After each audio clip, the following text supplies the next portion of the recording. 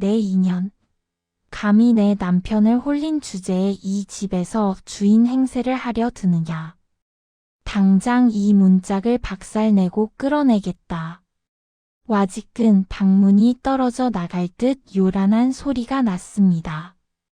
본처 명의가 빗자루를 휘두르며 소리를 질렀지요. 어머나, 양반댁 마님께서 품위는 다 어디다 팔아드셨소? 저리 고래고래 소리나 지르시고. 기생이 양반보다 낫구려. 홍단이 방문을 꽉 붙들고 비웃듯 대꾸했습니다. 자, 여러분. 오늘 들려드릴 이야기는 조선 팔도에서도 가장 기막힌 사연 하나입니다. 서로 으르렁거리던 두 여인이 어찌하여 한마음이 되었는지, 그리고 그 끝이 얼마나 통쾌한지. 귀를 쫑긋 세우시고 들어보십시오. 때는 정조 임금 시절이었습니다. 한양 북촌 골목에 김참봉이라는 양반이 살았는데 이 양반이 참으로 볼품없는 사람이었습니다. 과거 시험은 12번을 낙방하고도 벼슬 꿈을 못 버린 채 집안 재산을 축내기만 하는 인간이었지요. 그나마 본처 명의가 시집 올 때 가져온 논밭 덕에 겉으로나마 양반 체면을 유지하고 있었습니다. 명의는 집안 살림을 꾸려가며 남편의 뒷바라지를 10년 넘게 했으나 김참봉은 고마운 줄을 몰랐습니다. 도리어 집에서는 아내를 구박하고 밖에서는 기생집을 들락거리며 풍류나 즐기는 한심한 작자였지요. 그러던 어느 날 김참봉이 기생집에서 젊은 기생 홍단이를 눈독 들이기 시작했습니다. 홍단은 22살로 기생 중에서도 얼굴이 곱고 재주가 좋기로 소문난 여인이었습니다. 김참봉은 홍단의 몸값을 무려 은자 100냥에 치르고 집으로 데려왔습니다. 문제는 그 돈이 명의가 평생 모아둔 패물을 팔아 마련한 것이라는 점이었지요. 마님 이리 나오시구려. 새 식구를 소개하겠소. 김참봉이 홍단의 손을 잡고 대문 안으로 들어서며 뻔뻔하게 말했습니다. 명의는 그 광경을 보는 순간 하늘이 무너지는 것만 같았습니다. 10년을 헌신짝처럼 대하더니 이제는 대놓고 첩을 들이다니. 손이 부들부들 떨렸습니다. 여보, 이게 무슨 짓이십니까? 명의가 간신히 입을 열었으나 목소리는 이미 떨리고 있었습니다. 짓이라니? 양반가에 첩 하나 드리는 게 뭐가 잘못이오?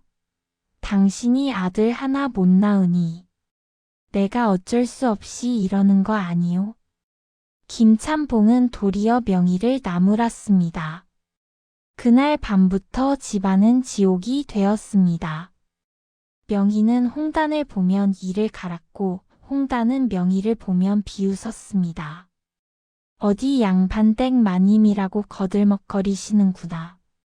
남편 하나 못 붙들어 두고 무슨 체면이람? 홍단이 툭 하면 이런 말을 던졌습니다. 네가 감히. 천한 것이 주제도 모르고. 명의가 화를 내면 홍단은 코웃음을 쳤지요. 천하다고? 그래, 나는 천해. 하지만 적어도 나는 내 힘으로 살 줄 아는 여자요. 당신처럼 남편한테 빌부터 사는 것보단 낫지 않소? 두 사람은 날마다 싸웠습니다. 장독대에서도 싸우고 우물가에서도 싸우고 부엌에서도 싸웠습니다. 하늘 아래 같이 살 수 없는 원수처럼 으르렁거렸지요. 그렇게 1년이 흘렀습니다. 어느 날 밤 후두둑 후두둑. 장대비가 쏟아지는 밤이었습니다. 번쩍 하늘에서 번개가 치고 천둥 소리가 요란하게 울려 퍼졌지요. 그때 대문을 쾅쾅 두드리는 소리가 들렸습니다. 김참봉. 김참봉 이놈 있느냐. 당장 나와서 빚을 갚아라. 목소리가 험악했습니다. 명희와 홍단이 동시에 방문을 열고 나왔습니다. 누구십니까? 명희가 떨리는 목소리로 물었습니다. 누구긴 누구야. 포도청 앞 전당포 주인 장서방이다. 김참봉 그놈이 우리 전당포에서 은자 300냥을 꺼가고는 석 달째. 이자도 안 갚고 있어. 당장 내놓지 않으면 이 집을 통째로 압류하겠다. 명희는 그 말을 듣는 순간 머리가 하얘졌습니다. 은자 300냥이라니. 그건 이 집 한 채 값이 넘는 거금이었습니다. 그게 무슨 말씀이십니까? 저희 남편이 언제 그런 돈을. 모르긴. 남편이 도박판에서 날린 게 얼마인지나 알고나 있소? 지금 그놈은 빚을 못 갚을 것 같으니 야반도주했소. 집문서까지 들고 말이야. 장서방이 소리쳤습니다. 명희는 그 자리에서 주저앉고 말았습니다. 홍단도 얼굴이 새하얗게 질렸지요. 도망쳤다고요? 홍단이 떨리는 목소리로 되물었습니다. 그래. 그러니 당신들이 책임져야지. 사흘 안에 돈을 갚지 못하면 이 집도 땅도 심지어 당신들까지 관가에 끌고 가서 종으로 팔아버릴 테다. 화르릉 천둥 소리가 울리고 빚쟁이들은 비를 맞으며 돌아갔습니다. 그날 밤 두 여인은 한치 앞도 보이지 않는 어둠 속에 앉아 있었습니다. 명희는 눈물도 나오지 않았습니다. 그저 멍하니 허공을 바라보았지요. 10년을 바친 세월이 물거품이 되는 순간이었습니다. 이제 끝이로구나. 명희가 중얼거렸습니다. 그때 홍단이 명희의 방으로 들어왔습니다. 홍단의 눈가에도 눈물 자국이 말라 있었습니다. 마님. 홍단이 조심스럽게 입을 열었습니다. 뭐예요? 명희가 고개도 돌리지 않고 물었습니다. 이러고 있을 때가 아니라오. 우리 살아야 하지 않겠소? 홍단의 목소리에는 묘한 힘이 실려 있었습니다. 살아요? 어떻게 살라는 거요? 집도 땅도 남편도 다 날아갔는데. 명희가 비웃듯 말했습니다. 그래서 말이오. 나한테 한 가지 생각이 있소. 홍단이 명희에게 가까이 다가앉았습니다. 우리 장사를 합시다. 장사. 요? 명희가 처음으로 홍단을 똑바로 쳐다보았습니다. 그렇소. 내가 기생 시절에 배운 게 있소. 음식 만드는 솜씨, 사람 대하는 법, 돈 굴리는 요령. 마님은 글도 쓸 줄 알고 예절도 바르시니 우리 둘이 힘을 합치면 못할 것도 없소. 홍단의 눈빛이 반짝였습니다. 하지만 천한 계집이 무슨 장사를. 천하다고요? 마님, 지금 우리가 천한지 귀한지 따질 때요? 사흘 뒤면 우리 둘 다 종으로 팔려갈 판인데. 홍단이 명희의 손을 꽉 잡았습니다. 명희는 처음으로 홍단의 손을 느꼈습니다. 거칠고 투박한 손이었지만 묘하게 따뜻했습니다. 무슨 장사를 하자는 거요? 명희가 조심스럽게 물었습니다. 주막이요. 작은 주막 하나 차려서 술과 밥을 팔아 돈을 벌자는 거요. 내가 음식 솜씨가 있으니 손님들 입맛은 내가 책임지겠소. 마님은 장부를 쓰고 손님들을 맞이하시오. 양판댁 마님이 직접 장사를 하면 오히려 소문이 나서 손님이 몰릴 거요. 홍단의 말에는 이미 계획이 서 있었습니다. 명희는 한참을 망설였습니다. 양반가의 며느리가 장사를 한다. 선조들께 얼굴을 들 수 없는 일이었습니다. 하지만 지금 선택지는 둘뿐이었습니다. 종으로 팔리거나 살아남거나. 좋소. 명희가 입을 열었습니다. 다만 한 가지 조건이 있소. 말씀해 보시오. 우리가 만약 성공해서 빚을 다 갚는다면 그때 가서 우리 둘이 어찌 살아갈지 다시 상의합시다. 그전까지는 서로 싸우지 말고 오로지 살아남는 것에만 집중하기로 하자는 거요. 명희가 홍단을 똑바로 바라보았습니다. 그러지요. 홍단이 명희의 손을 더 세게 잡았습니다. 그렇게 두 여인은 한 배를 타게 되었습니다. 다음날 새벽, 명희와 홍단은 집안에 남은 물건들을 꺼내 팔기 시작했습니다. 사랑채에 있던 병풍, 찻잔, 도자기. 명희가 아끼던 물건들을 하나하나 팔았습니다. 눈물이 났지만 참았습니다. 이틀 만에 은자 50냥을 모았습니다. 그 돈으로 장서방을 찾아가 사정사정 빌었습니다. 장날이 제발 한 달만 여유를 주십시오. 한 달 안에 이자를 2배로 갚겠습니다. 홍단이 장서방 앞에 무릎을 꿇었습니다. 명희도 고개를 숙였지요. 장서방은 코웃음을 쳤습니다. 한 달? 계집들 둘이 무슨 수로 돈을 갚겠다는 거야? 장사를 하겠습니다. 주막을 열어서. 주막? 크크크 웃기는 소리. 좋아, 딱 한 달만 줘보지. 하지만 한 푼이라도 모자라면 가차없이 관가에 넘긴다. 알겠나? 장서방이 비웃으며 말했습니다. 명희와 홍단은 집 사랑채를 치우고 작은 주막을 꾸렸습니다. 사각사각 명희가 빗자루로 마루를 쓸었습니다. 홍단은 부엌에서 솥을 닦았지요. 지글지글 기름이 달궈지는 소리가 났습니다. 마님, 오늘 메뉴는 이렇게 가겠소. 청국장찌개, 김치전, 막걸리. 간단하지만 맛은 보장하오. 홍단이 자신감 있게 말했습니다. 청국장이라. 냄새가 심한데 손님이 올까요? 명희가 걱정스럽게 물었습니다. 걱정 마시오. 냄새가 심한 만큼 맛도 깊소. 기생집에서 술꾼들 입맛을 오래 맞춰봐서 아오. 청국장 앞에 무너지지 않는 사내는 없다오. 홍단이 웃으며 말했습니다. 보글보글 청국장이 끓는 소리가 났습니다. 구수하고 진한 냄새가 온 집안에 퍼졌지요.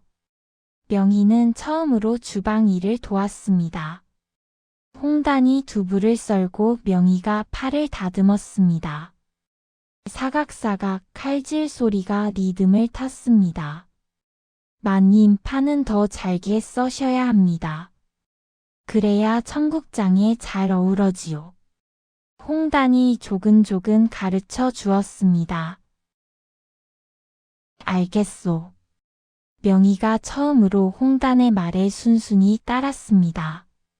주막 문을 연 첫날 손님은 한 명도 오지 않았습니다. 이틀째도 사흘째도 마찬가지였지요. 명희는 불안했습니다. 한 달은 빠르게 지나가는데 손님이 한 명도 없으니 말입니다. 홍단, 이러다가 정말 망하는 거 아니요? 명희가 초조하게 물었습니다. 마님, 장사는 원래 처음이 어려운 법이요. 조금만 기다려 보시오. 홍단이 태연하게 말했습니다. 그리고 나흘째 되는 날 드디어 첫 손님이 왔습니다. 여기가 새로 연 주막이구먼. 막걸리 한 사발 주시게. 지게를 진 사내가 들어왔습니다. 어서 오십시오. 금방 가져다 드리겠습니다. 명희가 반갑게 인사했습니다. 홍단이 재빨리 막걸리와 청국장찌개를 내왔지요. 사내는 한 숟가락 떠먹더니 눈이 휘둥그레졌습니다. 오, 이게 무슨 맛이요? 내가 평생 먹어본 청국장 중에 최고구먼. 사내가 감탄했습니다. 쪼로록 쪼로록. 사내가 국물까지 다 마셨습니다. 주모 한 그릇 더 주시게. 이건 소문 안 낼 수가 없겠소. 그 사내가 입소문을 낸 덕분에 다음 날부터 손님이 몰리기 시작했습니다. 여기가 그 맛집이라며? 청국장이 끝내준다던데? 양반댁 마님이 직접 장사한다는 소문도 있더라고. 손님들이 줄지어 들어왔습니다. 명희는 손님을 맞이하고 홍단은 부엌에서 쉴 새 없이 음식을 만들었습니다. 지글지글 부침개가 익는 소리, 보글보글 찌개가 끓는 소리, 와글와글 손님들의 웃음소리. 주막은 금방 활기로 가득 찼습니다. 마님, 저기 저 손님 상 좀 치워주시겠소? 홍단 김치전 3개 더 부쳐야 하오. 두 여인은 정신없이 움직였습니다. 티격태격하던 두 사람이 이제는 호흡이 척척 맞았지요. 보름이 지나자 은자 20냥이 모였습니다. 한 달이 되었을 때 은자 50냥이 더 모였습니다. 명희와 홍단은 장서방을 찾아가 이자를 갚았습니다. 오, 정말 갚았구만. 계집들 주제에 제법인데? 장서방이 놀란 표정을 지었습니다. 석 달만 더 기다려 주십시오. 원금을 다 갚겠습니다. 홍단이 당당하게 말했습니다. 주막은 날로 번창했습니다. 명희는 손님들에게 글을 가르쳐 주기도 하고 편지를 대신 써주기도 했습니다. 홍단은 새로운 메뉴를 개발했지요. 파전, 수제비, 떡볶이. 뭐든지 손만 대면 맛있게 만들어냈습니다. 어느 날 저녁 장사를 마치고 두 여인이 마주 앉았습니다. 쉬익 따뜻한 차를 따르는 소리가 났습니다. 명희가 홍단에게 찻잔을 건넸습니다. 홍단.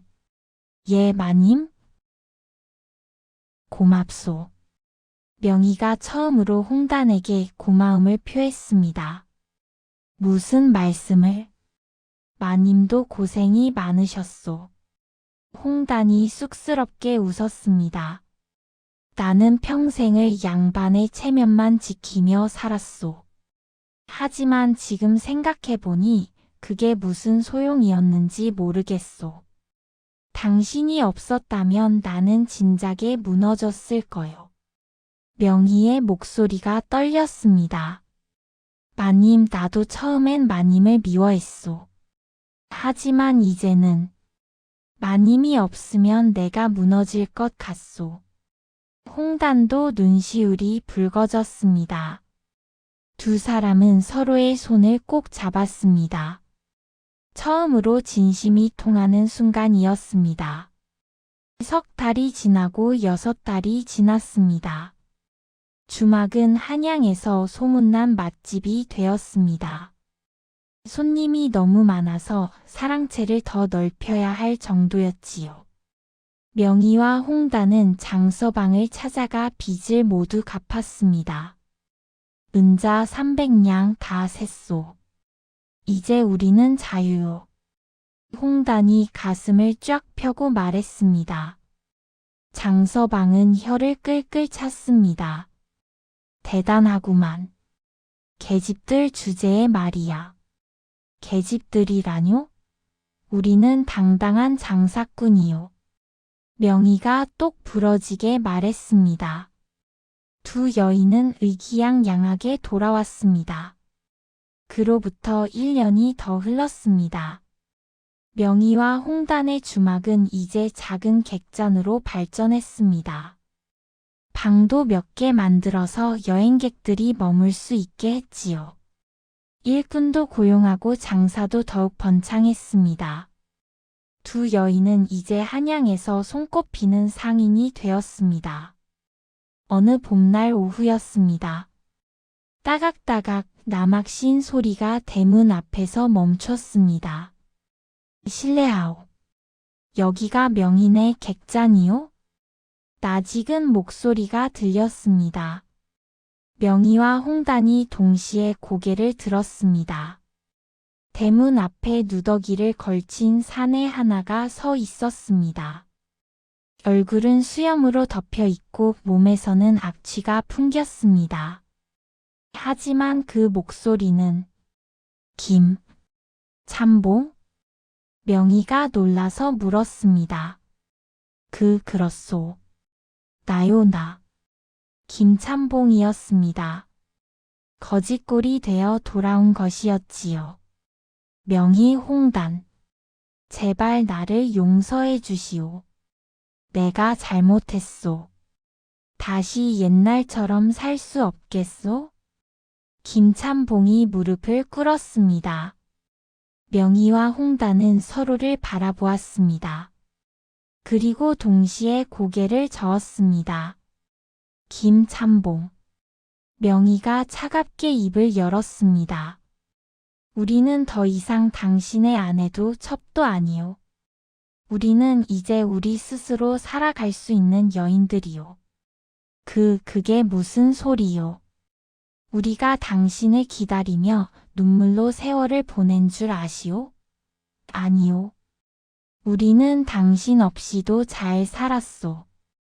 아니, 오히려 당신 때문에 고생했지만 그 덕분에 더 강해졌소. 홍단도 거들었습니다. 당신은 우리를 서로 싸우게 만들었지만 우리는 서로 의지하는 법을 배웠소. 당신은 우리에게서 모든 것을 빼앗았지만 우리는 더 많은 것을 얻었소. 김참봉은 입을 벙긋거렸지만 아무 말도 나오지 않았습니다. 이제 돌아가시오. 그리고 다시는 우리 앞에 나타나지 마시오. 명희가 단호하게 말했습니다. 제발. 장터 쪽으로 가면 죽 한 그릇 얻어먹을 데가 있을 거요. 이제 가시오. 홍단이 말했습니다. 김참봉은 비틀거리며 일어나 돌아갔습니다. 뒷모습이 초라하고 처량했지요. 명희와 홍단은 그 모습을 물끄러미 지켜보았습니다. 마님 후회되지 않으시오? 홍단이 물었습니다. 아니요. 오히려 속이 시원하오. 그대는? 나도 마찬가지요. 이제 우리는 진짜 자유로워진 것 같소. 두 여인은 서로 미소 지으며 객잔 안으로 들어갔습니다. 그 후로 명희와 홍단은 더욱 큰 상단을 일으켰습니다. 한양뿐 아니라 전국에 지점을 내고 온갖 물건을 사고 팔았습니다. 비단, 도자기, 곡물. 두 여인의 손을 거치지 않는 물건이 없을 정도였지요. 사람들은 그들을 조선 최고의 여상인이라 불렀습니다. 명희는 그를 가르치는 서당도 열어서 배우고 싶은 여인들에게 기회를 주었습니다. 홍단은 기생 출신 여인들을 고용해서 장사를 가르쳤지요. 두 사람은 평생 서로를 의지하며 살았습니다. 결혼도 하지 않았고 남자에게 기대지도 않았습니다. 그저 둘이서 함께 손을 잡고 걸어갔습니다. 어느 가을날 저녁, 두 사람은 객잔 마루에 나란히 앉아 노을을 바라보았습니다. 스윽 선선한 바람이 불어왔습니다. 은행나무 잎이 하나 둘 떨어졌지요. 마님, 우리 참 많이도 겪었소. 홍단이 웃으며 말했습니다. 그러게 말이오. 하지만 후회는 없소. 명희가 대답했습니다. 나도 마찬가지요. 마님을 만난 게 내 인생 최고의 행운이었소. 나도 그렇소, 홍단. 나도 그렇소. 두 사람은 서로의 어깨에 머리를 기댔습니다. 따뜻하고 포근했습니다. 해가 지고 달이 떴습니다. 밤하늘에는 별이 총총 떠올랐지요. 명희와 홍단은 그렇게 오래오래 함께 살았습니다. 서로를 믿고 의지하고 사랑하며. 그리고 그들의 이야기는 조선 팔도에 길이길이 전해져 내려왔습니다. 여인네들도 힘을 합치면 못할 게 없다는 교훈과 함께 말이지요. 자, 이렇게 해서 오늘의 이야기가 끝났습니다. 서로 미워하던 두 여인이 어떻게 조선 최고의 장사꾼이 되었는지 참으로 통쾌하고 감동적인 이야기였지요. 여러분도 오늘 밤 이 이야기를 곱씹으며 편안한 꿈을 꾸시길 바랍니다. 다음에 또 재미난 이야기로 찾아뵙겠습니다. 안녕히 주무십시오.